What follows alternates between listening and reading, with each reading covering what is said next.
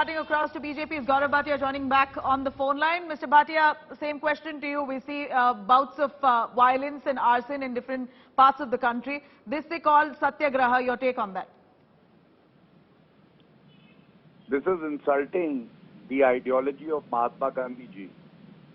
And a strong message should go out to every Congress worker as well that Gandhi Parivar for you might be worth worshipping for. But these are accused who are out on bail and they are not above the law of the country. And arson and vandalism will not be tolerated. These people will have to face the law of the land and will be punished. And we must remember how Narendra Modi ji, when he was politically targeted by the then Congress government, like a law-abiding citizen, faced interrogation for 9-10 hours. And he did not resort to any such mean, and he did not even ask the party to resort to such violent means. This is a disgrace to the country, and Sonia Gandhi should also understand that she has to abide with the law of the country if she indulges in any corrupt act. Right. You know, Mr. Bhatia, what the Congress has been harping on, right, from Rahul Gandhi's summons to Sonia Gandhi, is this is vendetta politics. What's the need to call a frail senior citizen, Sonia Gandhi? She's not very well, but yet the ED insists on her appearing before its office to investigate. So, do you believe that this would raise sympathy for Sonia Gandhi at this point? Healthy to indulge in acts of corruption when she was to serve the people of the country, but frail to face investigation like any other ordinary citizen.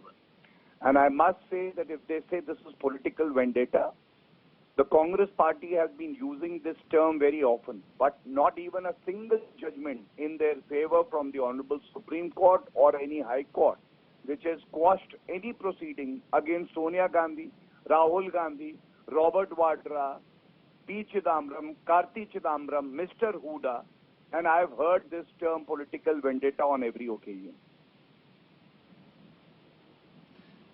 You know, at this point, there's also questions being asked as to why couldn't the ED office, I know you can't respond for them, you can't speak for the Enforcement Directorate's office, but just your view on if the Enforcement Directorate possibly could have reached out to Sonia Gandhi at her home, because she is ill, she's been receiving treatment, so this has been tough for her to appear before the federal agency.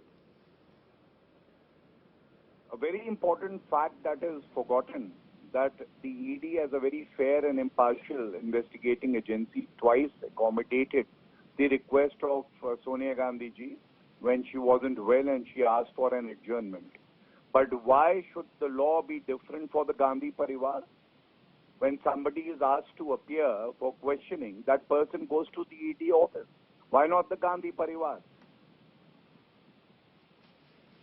You know, this case has been going on for several years, but the timing of it has come as a question. Why so late and a delayed probe into this matter? Why couldn't this have been done earlier when you had other agencies already probing it? You had the IT probing it back in the years.